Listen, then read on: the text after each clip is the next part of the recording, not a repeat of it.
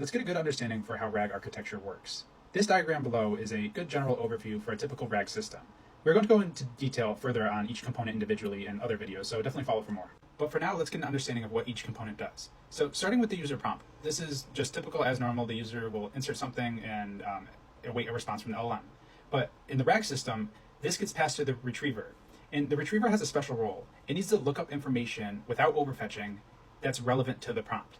So it'll hit usually what we call a vector database in a lot of RAG systems, and it only wants to fetch a small amount of information that's relevant to the prompt. Generally, a tactic for this would be something like semantic search.